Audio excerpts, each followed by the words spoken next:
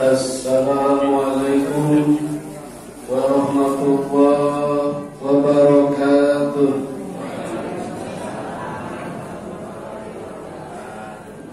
Sayyidatus Sa'adah Zummala'il A'izzah Kubailal Bidayah Hayya bina nahmaduhu wa nasta'inuhu subhanahu wa ta'ala hamdan bila ghayah wa madhan bila nihayah. Ashhadu an la ilaha illallah wahdahu la syarika lah wa ashhadu anna Muhammadan abduhu wa rasuluhu la nabiyya ba'da. Bapak Ibu, saudara-saudara dan adik-adik yang dirahmati Allah, malam ini saya hanya akan menambah, mudah-mudahan tidak banyak, apa yang disampaikan oleh penceramah pertama tadi, Ustaz itu wah, nama Ustaz ya, sok gantian Pak Ustaz ngisi dan pulau dengan kali milih pengajian rutin, apa khutbah Jumat, apa khutbah Idul Fitri, apa keluarga rutin balas ini, tak ada jawabannya. Bapak Ibu, malam ini kita sudah memasuki tanggal 28 Syawal. Sudah cukup lama kita ditinggalkan oleh bulan yang amat suci, bulan Ramadan.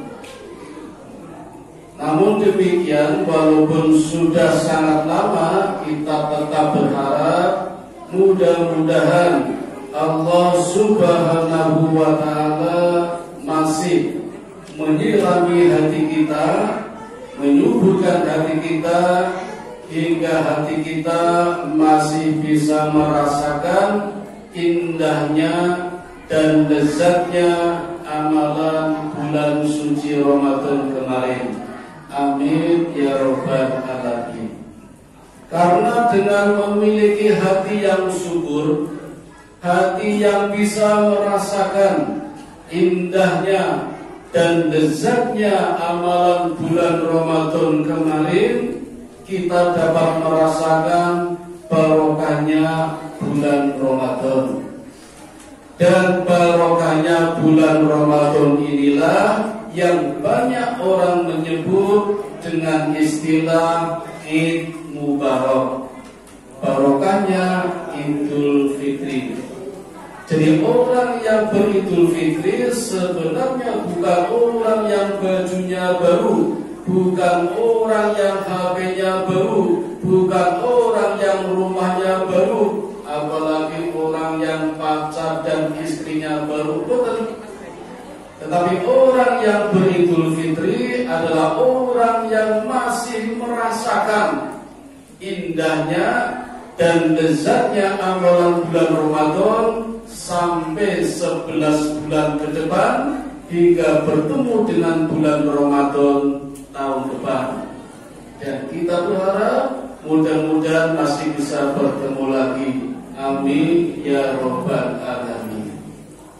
Untuk itu Rasulullah SAW tidak henti-hentinya di setiap khutbah Jumat senantiasa mengawalinya dengan firman Allah yang ada di dalam surat Al-Imran, surat yang ketiga ayat 102. A'udzu billahi minasyaitonir rajim.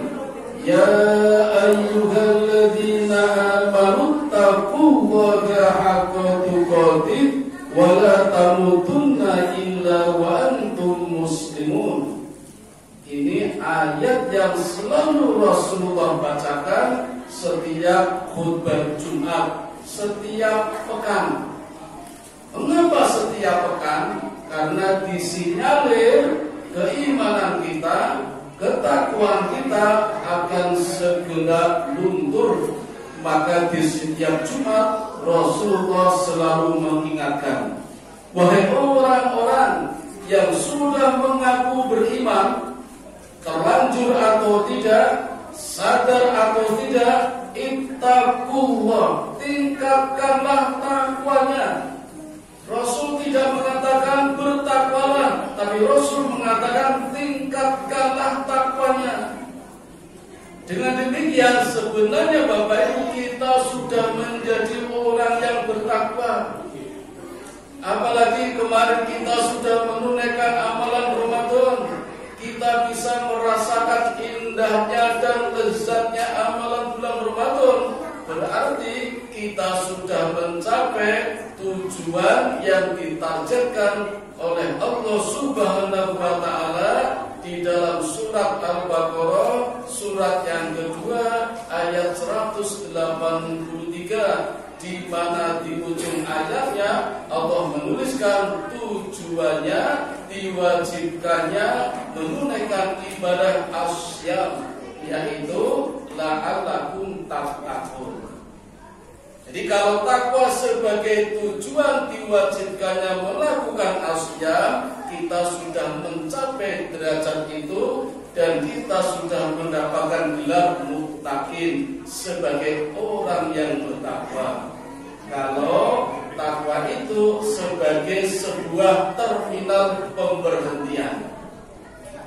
Sayangnya Bapak Ibu, takwa ini tidak cuma sekedar terminal pemberhentian, tapi juga terminal transit yang hanya berhenti sebentar, kemudian akan melanjutkan perjalanan yang lebih jauh lagi. Semakin takwa, semakin jauh. Jadi kalau kita semakin dekat, namanya kembali lagi, balik lagi, takwanya malah menurun. Apalagi perjalanannya menuju ke arah tempat yang sangat tinggi, maka dibutuhkan takwa yang selalu meningkat. Kalau Rasul mengatakan ittaqullah, Allah juga berfirman ittaqullah, tingkatkanlah takwanya, maka harusnya takwanya juga meningkat, semakin tinggi. Kalau semakin rendah berarti tidak meningkat. Inilah takwa, pengertian yang kedua, tidak hanya sekedar sebagai terminal pemberhentian, tapi takwa sebagai sebuah proses yang tidak akan pernah selesai, karena bertingkat-tingkat dan berlapis-lapis. Maka benar Rasul selalu mengatakan, Allah juga berfirman ittaqullah, tingkatkanlah takwanya dengan sebenar-benar takwa yang serius, dan jangan sekali-kali kita mati kecuali dalam ketakwaan, dalam keimanan, dan dalam keislaman. Kata Bapak Ibu, walaupun bulan Ramadan sudah kita tinggalkan, ayat ini masih berlaku. Tiap pekan kita tingkatkan takwa kita. Nanti kontrolnya setiap setahun sekali. Ya ayyuhalladzina amanu kutiba alaikumusiyam kama kutiba alal ladzina min qablikum la'allakum tattaqun. Ini kontrol tahunannya. Kontrol mingguannya setiap Jumat. Ya ayyuhalladzina amanu taqullaha haqqa tuqatih wa la tamutunna illa wa antum muslimun. Bapak Ibu, kalau ditanya siapa sih orang yang paling takwa, jelas jawabannya adalah Nabi Muhammad SAW. Orang yang paling takwa sudah dijamin masuk surga. Tetapi selama hidupnya beliau tetap sholat, beliau tetap puasa, beliau tetap zakat. Artinya takwa tidak akan pernah selesai, bertingkat-tingkat dan berlapis-lapis. Berapa sih tingkatannya? Kata takwa, Bapak Ibu, di dalam Al-Quran disebut sebanyak 115 kali. Maka kalau saya boleh mengatakan, takwa ada 115 tingkatan. kita akan melihat kita masih berada di tingkat berapa takwa kita. Jelas berbeda-beda tingkatannya.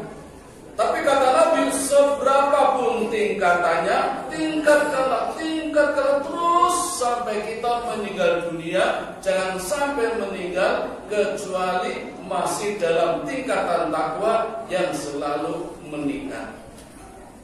Nah, sebelum sampai pada tingkatan takwa yang keberapa kita, mari kita lihat parameternya dulu, ukurannya dulu. Nah, di dalam Al-Quran Bapak Ibu, sedikitnya ada 2 parameter takwa. Yang pertama ada di dalam surat Al-Baqarah, surat yang kedua, ayat yang kedua. Parameter yang kedua ada di dalam surat Al-Imran, surat yang ketiga, ayat 133. Saya coba yang pertama dulu Bapak Ibu. Parameter yang pertama ada di dalam surat Al-Baqarah, surat ke-2, ayat ke-2. Di dalam ayat kedua ini ada kalimat takwa yang pertama kali digunakan oleh Allah. A'udzubillahi minasyaitonir rajim. Dzalikal kitabu la raiba fihi hudal lil muttaqin. Demikianlah Al-Quran, satu kitab yang tidak perlu diragukan lagi. Kebenarannya benar-benar benar. Dan Quran yang kebenarannya mutlak inilah merupakan petunjuk untuk orang yang bertakwa. Ini parameter yang pertama. Jadi Quran, kata Allah, kebenarannya mutlak, maka tidak perlu diragukan lagi. Cuma ironisnya Bapak Ibu, sampai hari ini masih banyak orang Islam yang meragukan kebenaran Quran. Quran hanya dilombakan saja, Quran hanya dibacakan saja, bahkan ada yang hanya dipajangkan saja. Ironis sekali.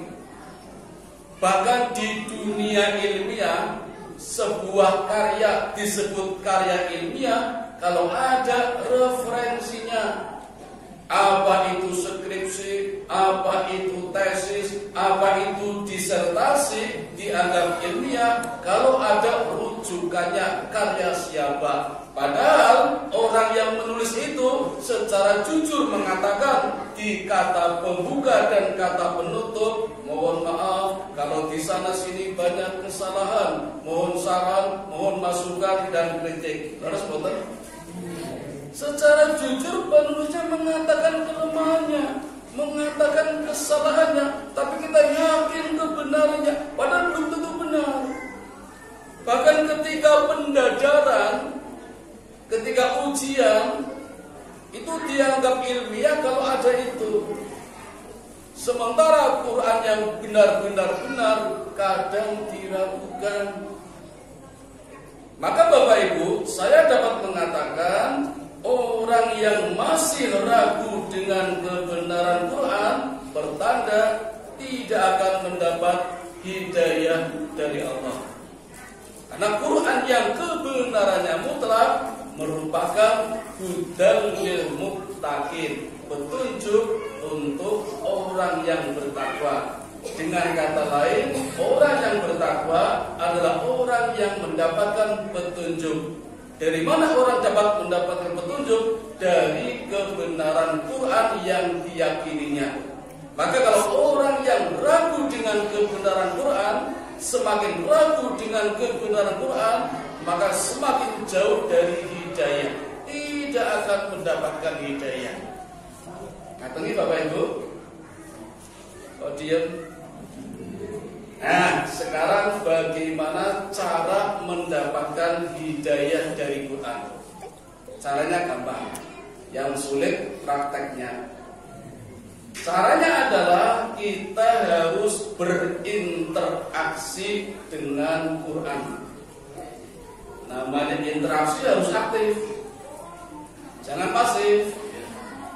Saya masih melihat, menyaksikan, bahkan mengikuti orang-orang yang sangat pasif dengan Quran. Belum lama saya dimintai tolong maca Yasin mergo wonten seripah. Nuwun tulung Pak, maca Yasin nggih ing rumah kula. Bar seripah sareng-sareng bar isa. Dilalah kula mboten saged. Kula ngenyang bar maghrib. Ini kula makan dhewe mboten bareng-bareng kali Pak Kau. Sampai teng griya kula taken kali sing omah pun sewu Pak. Wonten Quran mboten nggih. Aduh, lama ini bingung. Kula nggih bingung ngapa Yasin. Jadi teng HP wonten kula menunggu. Men golek Quran. Anjelai Pak. Mosok omahe loro dadi siji Pak, dadi gedhe tingkat duwe mobil, mosok Quran ora duwe Pak. Kula jane iso nukuke wong sak ketemu murah to. Iku nek tak tuku padha ora diwaca. Monggo paksanan. Wala niku. Itu berarti masih pasif, belum ada niat komunikasi dengan Quran. Iku to mending sing wonten malih wonten interaksi aktif tapi negatif, aktif tapi negatif. Mengenal ayat Al-Quran ning mung ditulis teng slayer nggo patut niku. Ngopo ya Mas? Men sakti ditembak orang mempan dulu. Tak takoni niku jadi perguruan mana? Kalau di sini nggak tahu namanya apa itu. Kebetulan saya pas pulang kampung, namanya perguruan pencak silat satu hati. Jadi kalau di tingkat 7 itu namanya rajanya Nabi Sulaiman. Jadi nek nganggo besen ngaten niku ketemu guguk layu niku. Ketemu macan layu padahal ora macan 7. Jadi hanya untuk segitu. Bahkan ada juga ini namanya iseng ibu nih. Ono wong loro niki ibu jaluk tulung. Yo tak antar teng ustaz ning kula. Dugi teng ustaz ini kok nulis ngangge spidol teng kertas. Tak delok urusannya kok muter-muter Arabe ora iso diwaca mergo gundul itu. Ustaz kan bilang, "Mangke teng griya kertas niki dicelupke teng gelas teng banyu." Maka nek luntur itu berarti ngapunten ibu jenengan 14 panggil kali Gusti Allah. Ini maka nek mboten luntur insyaallah sehat malih niku. Pun mangke diombe mon banyune. Nah, pemulit diombe. Mboten luntur. Jenengan sehat malah mati, Pak. Nah, ini namanya berinteraksi dengan Quran tapi negatif. Bukan ini caranya Bapak Ibu untuk mendapatkan hidayah. Ada 5 cara bagaimana kita berinteraksi dengan Quran yang benar-benar benar agar bisa mendapatkan hidayah. Ada 5 cara. Gak boleh milih. Kita harus mulai dari bawah, dari tingkatan yang pertama. Nanti kalau sudah bisa tingkatan yang pertama, naik tingkatan yang kedua. Kalau sudah bisa tingkatan kedua, naik ke tingkatan ketiga, tingkatan keempat, tingkatan kelima. Apa saja tingkatannya? Tartil, tadarus, tilawah, tafakur, tadabbur. Kalau di bulan Ramadan kemarin kita sudah rajin benar melakukan tahapan yang pertama yaitu tartil, maka berjanjilah, bertekad bulan Ramadan tahun depan harus meningkat pada tingkatan yang kedua, tadarus. Tahun depan paling lambat loh Bapak Ibu, kalau bisa minggu depan. Karena Nabi mengatakan, Allah berfirman, ittaqullah, tingkatkanlah takwanya setiap minggu, setiap pekan, setiap Jumat. Mulur, ya maksimal 1 tahun lah, ketemu Ramadan lagi. Tingkatkan cara berinteraksinya dengan Quran. Coba kita lihat satu persatu. Yang pertama tartil. Namanya saja tartil, membacanya tertib sesuai dengan makhrajnya, sesuai dengan harokatnya, panjang pendeknya dengan menggunakan tajwid. Itu namanya tartil. Yang kemarin di bulan Ramadan, setiap habis sholat raweh, mungkin kita sering membaca bersama-sama dan kita menyebutnya tadarus. Ayo tadarus ke masjid. Sebenarnya belum tadarus bapak-bapak, itu baru tartil. Dan harus benar. Wah, saya belum lancar ya, masih salah-salah. Boleh enggak? Sepanjang niat kita belajar Bapak Ibu, walaupun grotal gratil, Allah memberikan pahala dua. Satu pahala membacanya, dua pahala karena semangat perjuangannya itu. Nah, si lancar berarti dapat pahala satu, ya cuma satu. Wah, kalau begitu anak yang grotal gratil, ya silakan kalau mau grotal gratil. Yang lancar pahalanya cuma satu, pahala membacanya. Loh, yang satu nggak dapat.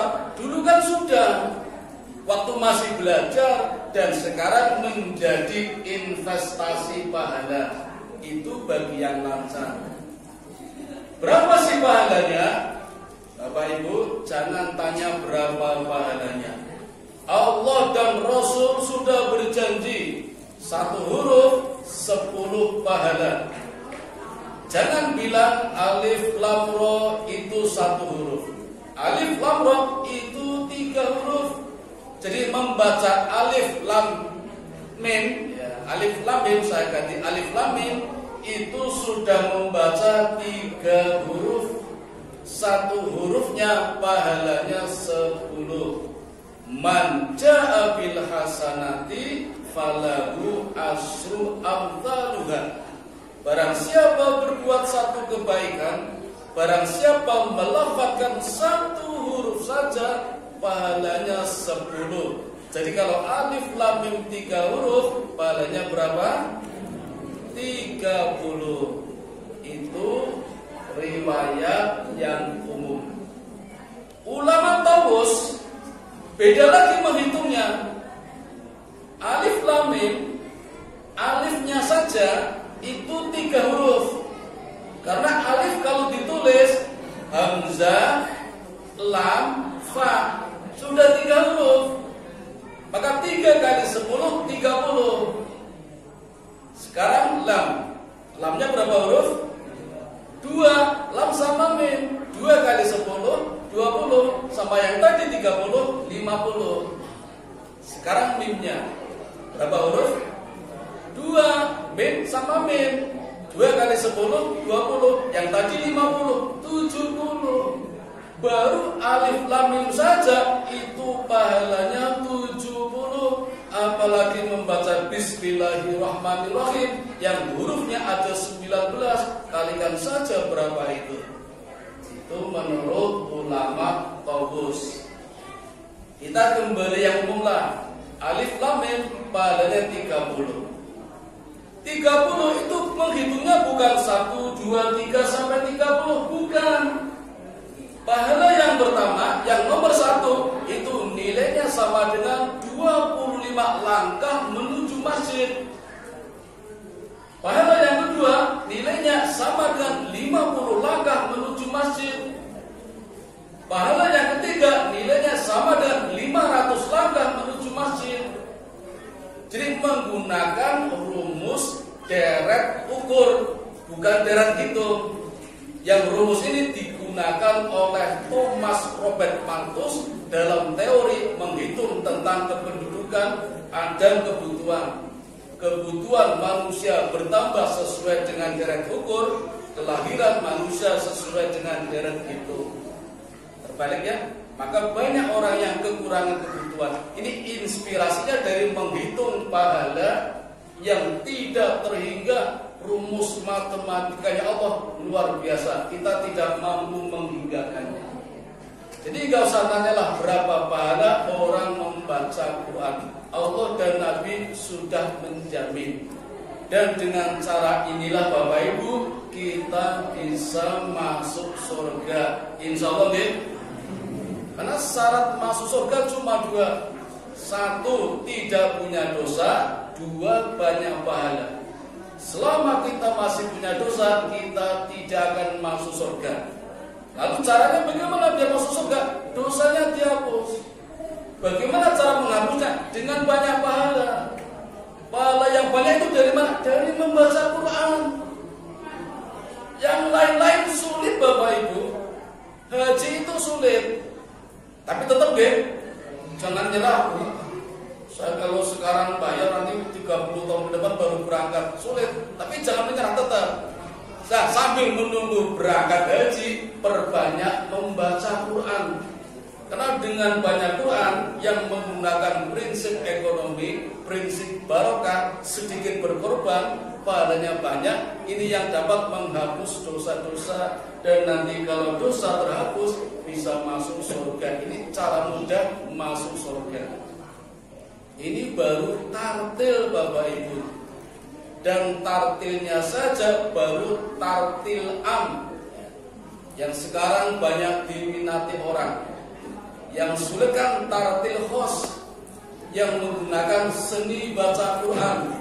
Itu padanya lebih besar Bapak Ibu. Karena menggunakan seni, Allah suka dengan keindahan. Allah itu indah.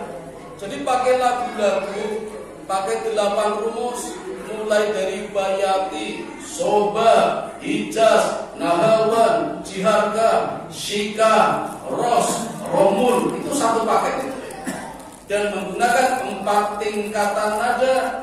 Nada kohor, nawa, jawab, jawab, jawab. Itu kalau menggunakan seni tartil khos. Karena sulit, banyak orang beralih pada tartil am, yang sering dibaca imam ketika sholat, ketika kita habis tarawih, orang bilang tadarus, itu kebanyakan menggunakan tartil am. Cukup 1 rumus dari 8 tadi, pilih yang mana bebas. Dan tingkatan nadanya juga paling banyak 3 atau 1 tapi naik, datar, turun. Jadi misalnya koror 1 tingkatan nada, bisa naik, datar, turun. Yang nawa juga begitu, naik, datar, turun. Jadi mudah itu. Dan bisa menggunakan gaya qadar boleh, gaya mutawasid boleh, gaya tiwal juga boleh. Gaya qadar itu yang pendek Bapak Ibu belakangnya. Bismillahirrahmanirrahim. Alhamdulillahirabbil alamin. Itu gaya qadar. Kalau mutawasid lebih panjang, 4 harokat. Bismillahirrahmanirrahim. Alhamdulillahirabbil alamin. Dan yang paling panjang gaya tiwal, 6 harokat atau 3 detik. Bismillahirrahmanirrahim. Alhamdulillahirabbil alamin. Itu gaya tiwal. Monggo pilih yang mana? Itu masih tartil am. Kalau mau pakai seni, tartil khos. Dan itu baru cara berinteraksi dengan Quran yang pertama Bapak Ibu. Nah, yang kemarin di bulan Ramadan masih tingkatan yang pertama, bertekadlah Bapak Ibu. Besok Ramadan tahun depan, syukur minggu depan. Jadi Ramadan tahun depan itu paling lama, paling lambat. Kalau bisa minggu depan, tingkatkan tahapan yang kedua. Ini kalau mau sawalan loh, kan sawalan artinya meningkat. Kalau ajud namanya nggak meningkat. Nah, kalau mau meningkat, kita tingkatkan cara berinteraksinya dengan cara yang kedua, yaitu tadarus. Tadarus itu artinya belajar. Kalau di dalam RPP Mas Bintoro mungkin ya C2, yang tadi C1, C2 membaca artinya. Bapak Ibu, kalau yang pertama tadi tartil itu ikro, ayat yang pertama yang oleh malaikat Jibril dituntunkan pada Nabi Muhammad itu kan Iqra. Iqra, bacalah. Apa kata Nabi Muhammad? Ma'ana biqori ya Jibril. Saya tidak bisa membaca ya Jibril. Kan Nabi buta huruf. Nabi kan umi. Apa kata Jibril? Pokoknya baca saja Muhammad. Paham tidak paham, baca pokoknya. Itu Iqra tingkatan yang pertama. Yang tartil tadi kan kita nggak paham, cuma baca Quran. Kadang berlomba-lomba, oke lah berlomba-lomba dalam kebaikan. Kadang pakai target Ramadan 1 bulan khatam, berarti tiap hari 1 juz. Ada yang 5 kali khatam, bareng-bareng boleh pakai target. Ojo cepet-cepet sampai meninggalkan makruh, meninggalkan harokat. Karena Bapak Ibu, Al-Quran kata sama, makna bisa beda. Apalagi hurufnya beda. Wong titik saja beda berbeda kok Bapak Ibu. Contoh nggih, fa titiknya berapa dia J? 1. Kalau titiknya 2 apa? Oh, beda kan? Kalau titiknya dihilangkan, wow. Coba kalau ada ayat wal asri, demi masa, demi waktu. Sekarang tambahin titik fal asri, artinya maka waktunya udah beda. Kalau titiknya 2 fal asri, berkatalah waktu asar, beda lagi. Jadi beda titik saja, beda makna, beda huruf, beda lagi. Apalagi beda makna. Yang sulit tulisan sama, makna beda. Contohnya Iqra. Di ayat pertama, Iqra bismi rabbikal ladzi khalaq, khalaqal insana min 'alaq. Iqra, ada Iqra lagi. Tulisannya sama dengan yang tadi, tapi maknanya beda. Iqra yang pertama tadi itu masih C1. Bacalah ya Muhammad, bacalah, pokoknya baca. Paham gak paham dibaca, kata malaikat Jibril. Sampai Nabi dituntun, karena Nabi mengatakan ma'ana biqori, saya tidak bisa membaca.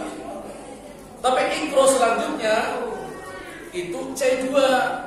Pelajarilah, bacalah tulisan-tulisan alam, bacalah masyarakat, bacalah bintang-bintang di langit, dan semuanya sudah ditulis dalam Quran, ada terjemahannya, maka bacalah. Itu Iqra yang kedua.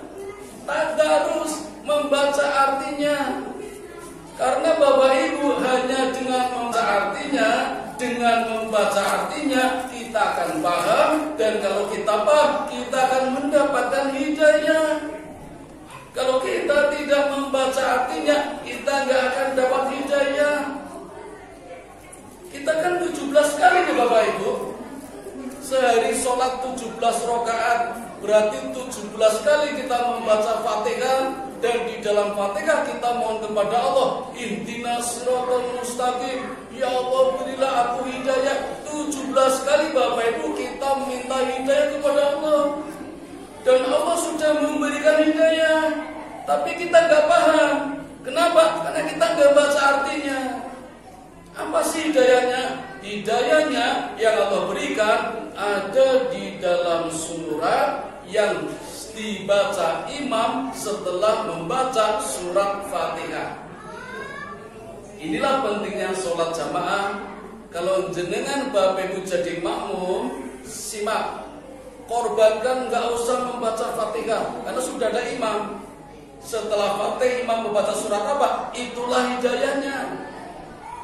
Apa hidayahnya? Baca artinya.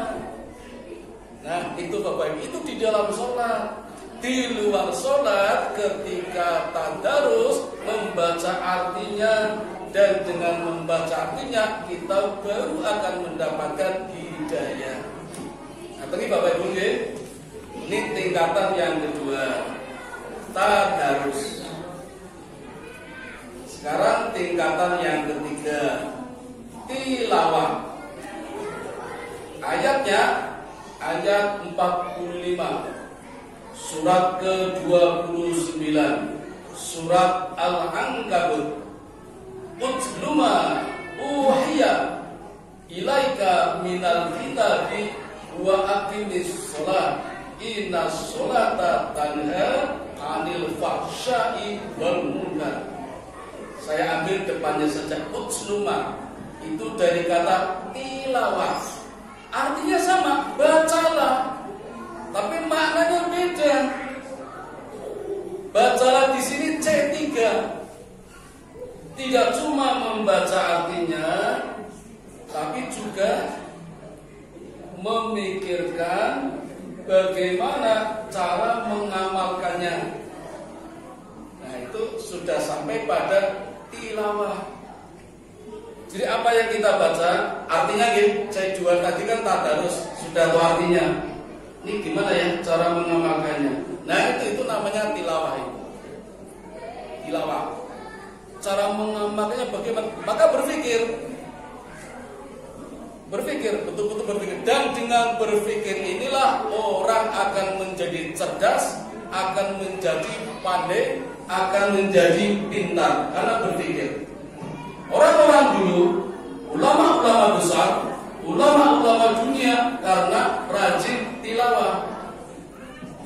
Imam Bukhari, Bapak Ibu, itu menulis Sahih Bukhari 16 tahun. Dan ada 97 bab. Padahal setiap bab isinya puluhan hadis sampai 50 hadis. Dan setiap satu hadis sebelum Bukhari menuliskan selalu diawali dengan sholat 2 rakaat. Itu tilawahnya Bapak Ibu. Sehingga beliau dikenal dengan panggilan Al-Lu'lu' wal Marjan. Sahih Bukhari Muslim didampingi dengan Muslim, berdua mendapat gelar Al-Lu'lu' wal Marjan, intan berlian. Jadi kalau punya anak ingin diberikan nama berlian, intan, Al-Lu'lu'. Saya punya murid di Madrasah Aliyah Negeri 3, namanya kalau sama ini Lu'lu' karena arti intan. Ini ibunya malah ngundang Lulu, beda lagi. Kalau Lulu artinya lumpur. Nah, jadi ibunya orang ngerti. Lulu, Al-Lulu intan, marjan, sirupnya marjan, berlian. Jadi panggilan untuk Bukhari Muslim Al-Lulu wal Marjan, intan berlian, jenius ya berlian. Orang-orang dulu pinter-pinter karena tilawahnya itu. Yang sekarang banyak ditiru orang membuat pesawat terbang, idenya dari mana? Dari burung. Siapa yang menciptakan burung? Allah. Bagaimana burung bisa terbang? Dengan mengepakkan sayap. Di Quran ada, tilawahnya ada. Allah menurunkan besi dari langit. Orang pada bingung, kok bisa ya besi kok turun dari langit? Ternyata sekarang sudah enggak aneh lagi. Meteor, itu kan besi itu. Dan di dalam besi, inti besinya yang kalau dalam kimia simbolnya Fe 25 itu ternyata di kimia ada. Dan masing-masing punya isotop 25, 26, 27, 28. Dan isotop yang paling stabil itu 26. Itu ada di dalam Quran surah 26, ayatnya 25. Itu dari Quran, itu inspirasinya. Itu sampai seperti itu sudah masuk pada tingkatan tilawah atau C3. Nah, kalau di RPP sampai C berapa Pak Kinton? C6 ya. Nah, saya coba sekarang yang C4. Kalau tilawah sudah masuk kepada C yang keempat atau pada tingkatan berinteraksi yang keempat, yaitu tafakkur. Ayatnya 190, 191, surat yang ketiga, surat Al-Imran. Inna fi khalqis samawati wal ard wa ikhtilafil laili wan nahari la ayatil li ulil albab. Di dalam penciptaan langit dan bumi dan pergantian malam dan siang ada tanda-tanda kebesaran Allah bagi generasi ulil albab. Siapa generasi ulil albab itu? Generasi ulil albab adalah generasi alladzina yadhkuruna Allaha qiyaman wa qu'udan wa 'ala junubihim wa yattafakkaruna fi khalqis samawati wal ardh. Generasi ulil albab adalah satu generasi yang selalu berpikir, yang selalu berzikir, baik ketika berdiri, ketika duduk, maupun ketika berbaring. Saya ulangi Bapak Ibu, ketika berdiri, ketika duduk, ketika berbaring, selalu berpikir, selalu zikir. Itu generasi ulil albab. Maka tidak alasan bagi kita Bapak Ibu untuk bersantai-santai, berleha-leha, tidur-tiduran saja sambil melongo, ngelamun, bayangke, berfantasi, imajinasi. Nggak ada kesempatan, nggak ada alasan. Karena di setiap berbaring, di setiap duduk, di setiap berdiri, kita punya kewajiban berpikir dan berzikir. Ini yang keempat, tafakur. Ada zikirnya. Dan Bapak Ibu, dengan zikir kita akan mendapatkan TBC. Tapi bukan penyakit. T, tenang. B, bahagia. C, cerdas. Silakan dibuktikan. Tidak bayar, gratis. Dengan zikir kita bisa tenang, bisa bahagia, bisa cerdas.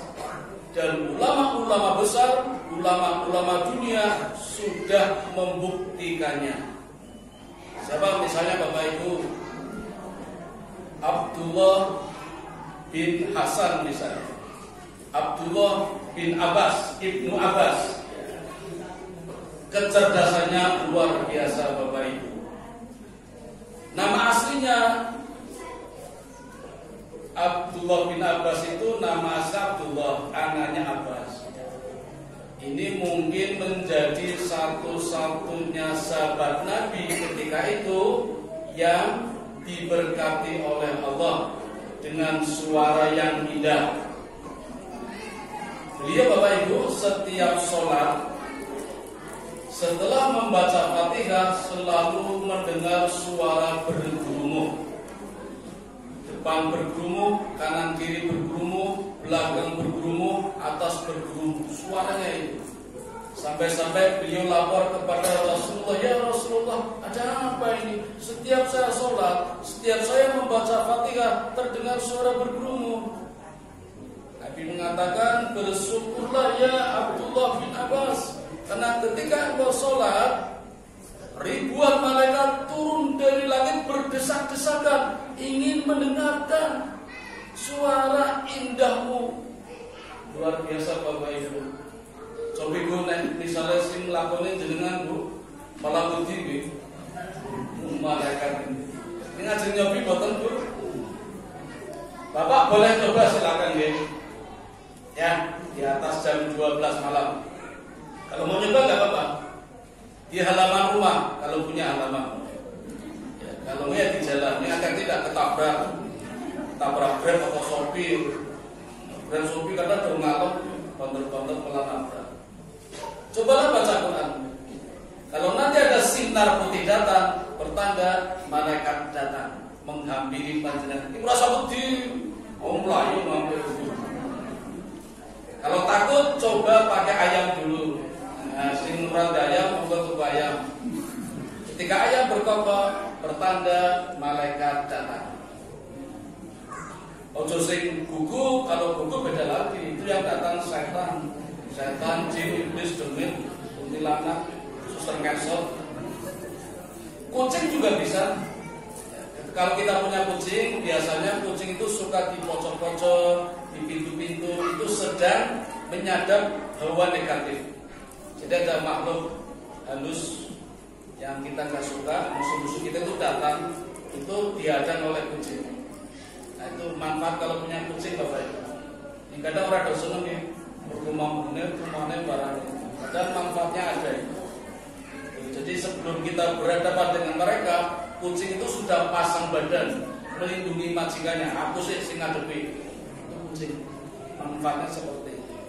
Ini jenengan wani coba di atas jam 12 malam maca Quran.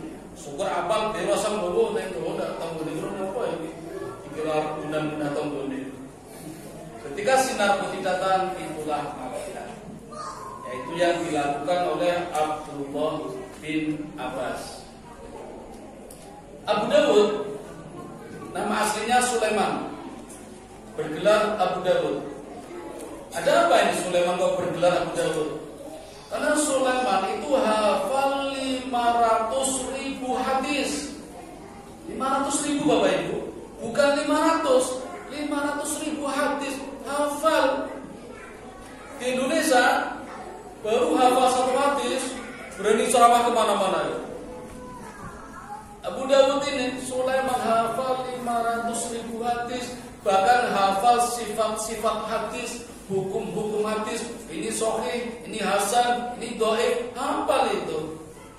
Beliau hafal 500.000 hadis.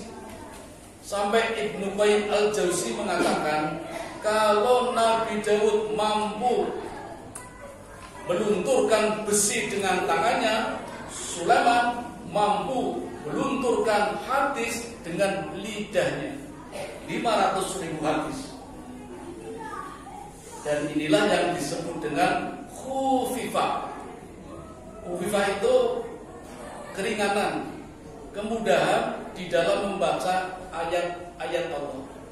Nabi Daud itu kitab Zabur diduga ayatnya berjumlah 500.000 ayat.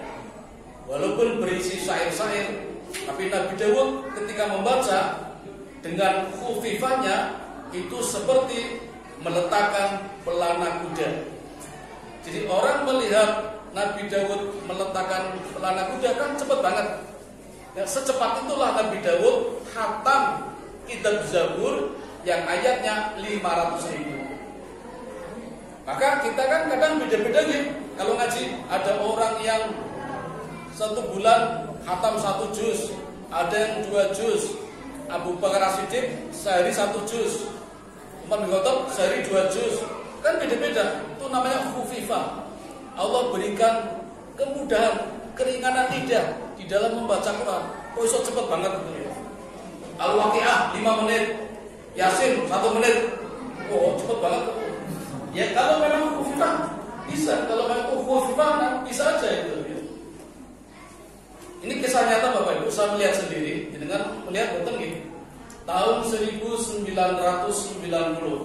ketika Yogyakarta menjadi tuan rumah MTQ yang ke-9 di alun-alun utara, bareng karo sekaten, bareng kali Sri Sultan yang ke-9 meninggal.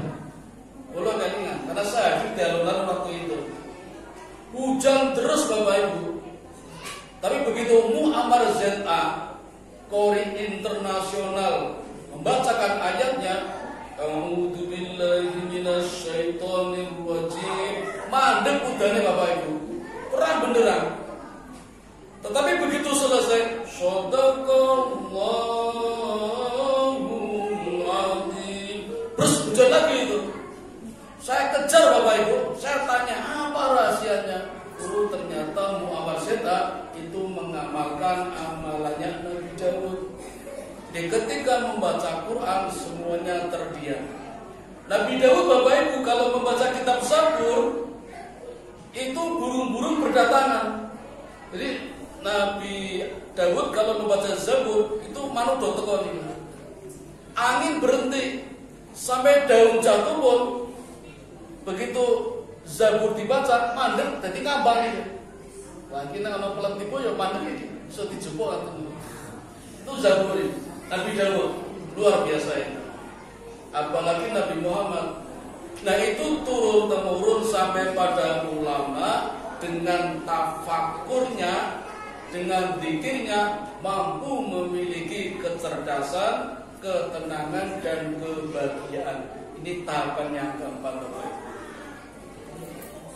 Satu lagi yang C5, tadabbur. Tadabbur ini Bapak Ibu kalau sudah mampu menggapai kemukjizatan yang ada di dalam Al-Quran.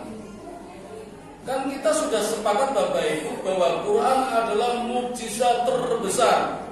Terbesar.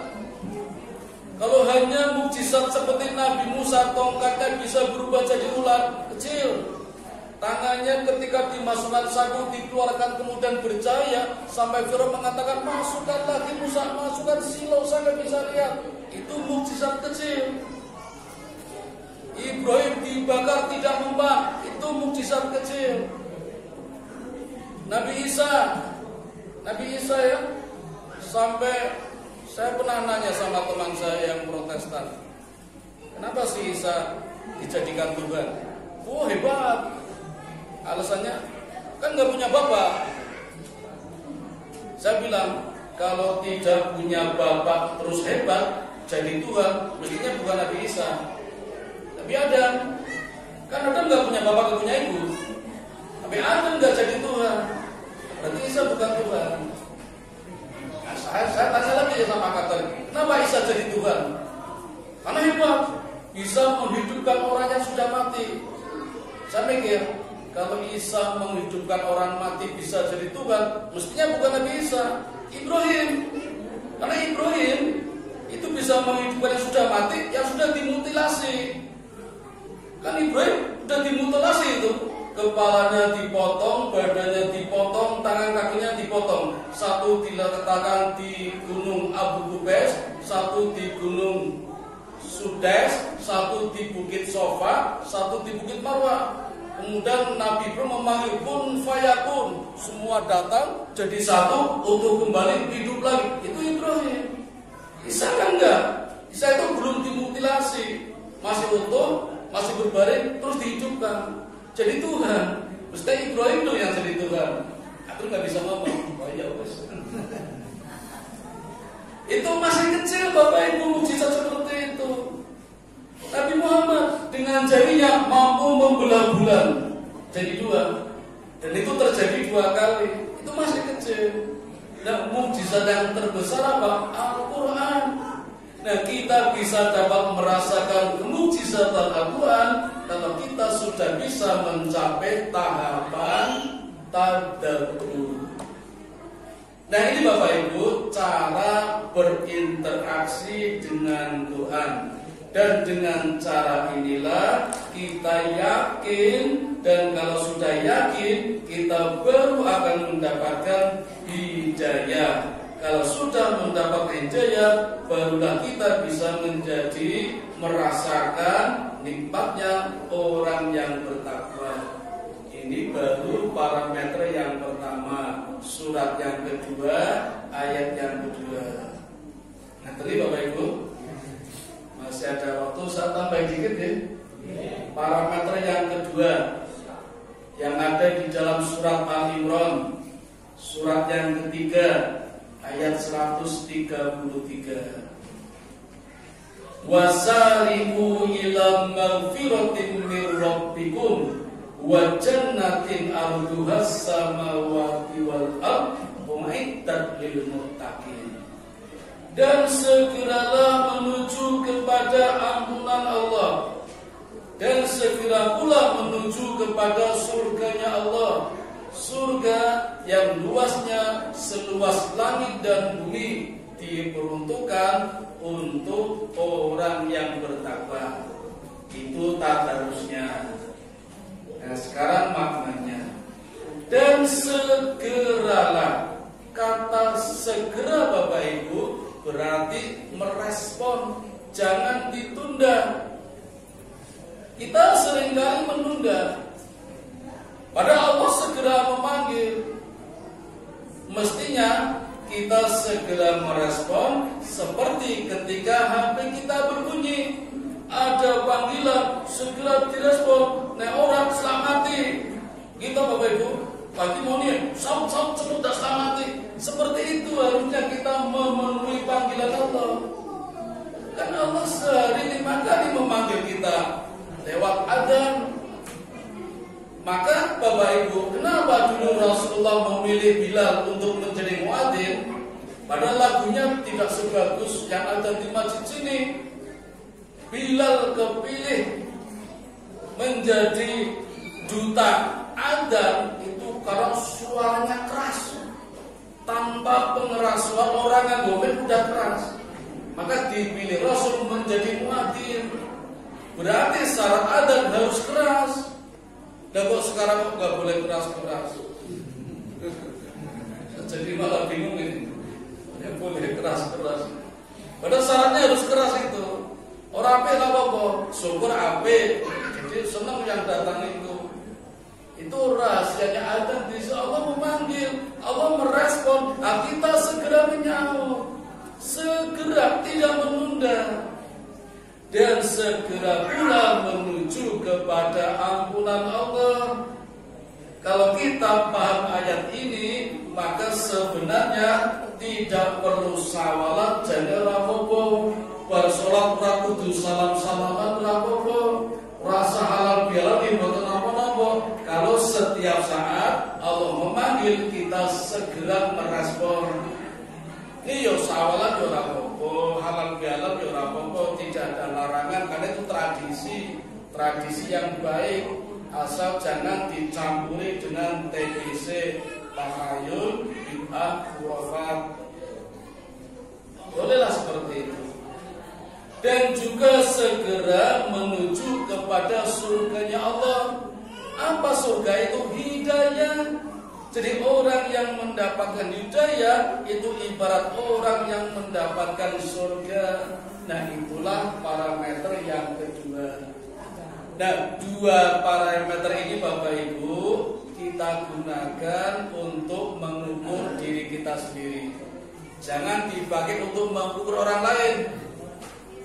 Saya lihat Mas Bintolo takwa tidak ya? Nggak boleh. Mengukur diri sendiri aja. Kalau melihat orang lain mesti negatif itu. Walah gini. Karena di orang lain itu banyak yang tidak kita ketahui, banyak yang tersembunyi yang kita tidak tahu. Kita cuma lihat luarnya saja. Orang tahu yang masjid kan masjid banyak. Tidak harus di masjid ini, masjid lain kan banyak. Yang sering terjadi seperti itu, ada orang sudah merasa alim, kemudian menilai orang lain, orang tahu yang masjid, padahal masjid tahu yang kula Pak Bintolo masjid ana 8. Kan saya bebas mau di mana aja. Apa harus di situ? Betul nggih? Nah, ketika tidak kelihatan di situ, dianggap tidak ke masjid. Nah, itu salahnya. Maka parameter takwa tadi digunakan untuk menilai diri kita sendiri. Ini parameter takwa. Masih bisa ditambah? Kalau masih, saya akan masuk pada tangga-tangga takwa. Kan takwa tadi ada 115 tingkatan nih Bapak Ibu. Udah khawatir, wah ini 115 takwa masa mau disampaikan semua. Boten Bapak Ibu, sumena banyak dipanggil lagi. Boten ya alhamdulillah. Kan buatan Ustaz ini, aku ani Ustaz ini. Tak kayak bocoran mawon nggih, penjelasannya kapan-kapan. Tangga-tangga takwanya ada di ayat berikutnya dari parameter tadi. Kalau kita pakai parameter yang pertama berarti tangga-tangga takwanya ayat yang ketiga, surat yang kedua. Alladzina yu'minuna bil ghaib wa yuqimunas shalah wa mimma razaqnahum yunfiqun. Tanda-tanda takwa yang bisa kita naiki dimulai dari beriman kepada yang gaib, mendirikan sholat, berinfak. Kalau kita pakai parameter yang kedua tadi, surat Al-Imran, surat yang ketiga, ayat 133, tanda-tanda takwanya ada di ayat 134. Alladzina yunfikuna fis sarra'i wad dharra wal kadhiminal ghaidh wal 'afina 'anil nas. Tanda-tanda takwanya dimulai dari berinfak, menahan amarah dan berbuat baik kepada orang lain. Jadi ayat yang tadi 3 tangga, ayat yang kedua juga 3 tangga. Tapi kalau disambung menjadi 5 tangga, karena tangga yang ketiga dan yang keempat sama-sama infak, sedekah, dan sejenisnya. Tapi tangga ini bisa bercabang kalau masuk pada tangga birrun. Nah, birrun ini yang sulit. Birrun itu kebaikan yang mampu menghapus amalan sebelumnya, mengganti dengan amalan yang baru. Suratnya Al-Imran ayat 92. Lan tanalul birra hatta tunfiqu mimma tuhibbun. Belum dinamakan kebaikan, belum disebut sedekah, belum disebut infak kalau belum memberikan apa yang kita cintai. Nah, ini yang sulit. Seringkali kita memberikan tapi bukan yang kita cintai. Pun ngajak mawon pembahasannya, ini baru bocoran dulu. Nah, saya tutup dengan bagaimana caranya agar ketika kita naik tangga kita tidak jatuh terpeleset. Caranya mematuhi prokes, protokol kesehatan. Kalau pemerintah menganjurkan kita memakai masker, maka sudah lama di dalam kitab Lauhul Mahfuz Allah juga memerintahkan kepada kita untuk memakai masker. Tapi maskernya bukan dari kain, maskernya bukan dari plastik, maskernya adalah salamatul insan fi hifdzil lisan. Menjaga lidah, menjaga mulut biar tidak sembarangan berkata, berucap dan berukara yang jelek-jelek. Apa itu merasani, maitu, misui, membicarakan kejelekan orang lain, hibah, namimah, berbisik ketika berdua, berbisik berdua ketika bertiga. Boten bareng. Kalau banyak ini berbisik boleh. Saya lihat ada yang berbisik. Nah, saya cuma batin. Bikin orang rasanya paling kalau mampu. Tapi kalau bertiga, yang dua berbisik tidak boleh. Itu termasuk suara iman, suara geledek. Surat Luqman ayat 19 monggo dibuka. Allah menyindir dengan kalimat suara iman. Ngaten Bapak Ibu, ya, prokes yang pertama. Dan kemarin kita sudah dilatih di bulan Ramadan. Terasa nih, pahala puasanya hilang. Jadi cuma lapar, cuma haus. Kalau pemerintah menganjurkan kita cuci tangan, maka 14 abad yang lalu Nabi sudah menganjurkan kepada kita cuci tangan, cuci kaki, cuci muka, cuci rambut, cuci kepala, bahkan cuci hati. Hatinya dibersihkan. Di bulan Ramadan kemarin kita sudah dilatih mencuci hati supaya bersih hati kita. Kalau pemerintah menganjurkan memakai jarak, menjaga jarak, maka 14 abad yang lalu Allah sudah memerintahkan kita menjaga jarak. Dan bulan Ramadan kemarin kita sudah dilatih menjaga jarak. Jangan dekat-dekat dengan makanan, jangan dekat-dekat dengan minuman, bahkan bapak-bapak jangan dekat-dekat dengan istri. Terus betul? Siang hari, malam monggo, dendam ditambah monggo. Jaga jaraknya di siang hari. Bahkan kita juga diperintahkan oleh Allah jaga jarak sejauh-jauhnya dengan yang namanya maksiat. Di bulan Ramadan kemarin kita sudah dilatih menjaga jarak dengan dosa, dengan maksiat. Jaga jarak. Maka benar kalau setiap sholat kita membaca doa iftitah, Allahumma ba'id baini wa baina khotoyaya kama ba'adta bainal masyriqi wal maghrib. Ya Allah, jauhkanlah aku, jauhkanlah jarakku dengan dosa-dosa sejauh barat dan timur. Barat dan timur pernah ketemu boten? Tidak pernah ketemu. Berarti itulah jarak yang paling jauh. Bahkan sampai di akhirat besok kita tidak dipertemukan lagi dengan dosa-dosa kita karena sudah diampuni ketika di dunia. Itu yang kita mohon kepada Allah ketika kita membaca doa iftitah. Kalau paham, itulah pentingnya tadarus. Kita jaga jarak. Tetapi dengan Allah jaga jaraknya jangan jauh-jauh. Wa idza sa'alaka ibadi ujibu da'watad da'i idza da'an falyastajibu li la'allahum yarshudun. Ya Muhammad, kalau ada hambaku bertanya kepadamu aku di mana, sesungguhnya aku dekat. Dan barang siapa memohon hanya kepadaku akan aku kabulkan, karena aku dekat. Maka menjaga jarak dengan Allah jangan jauh-jauh. Takut kita kepada ular lari, takut kepada harimau kita lari, takut kepada kelelih kita hindari, takut kita kepada Allah dekati.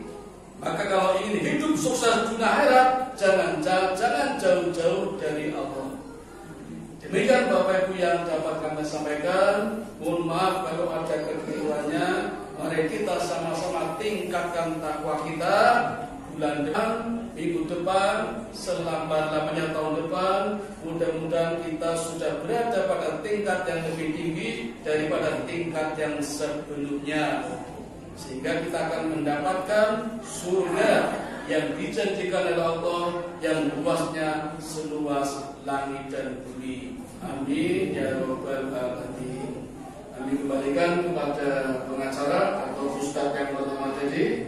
Assalamualaikum warahmatullahi wabarakatuh.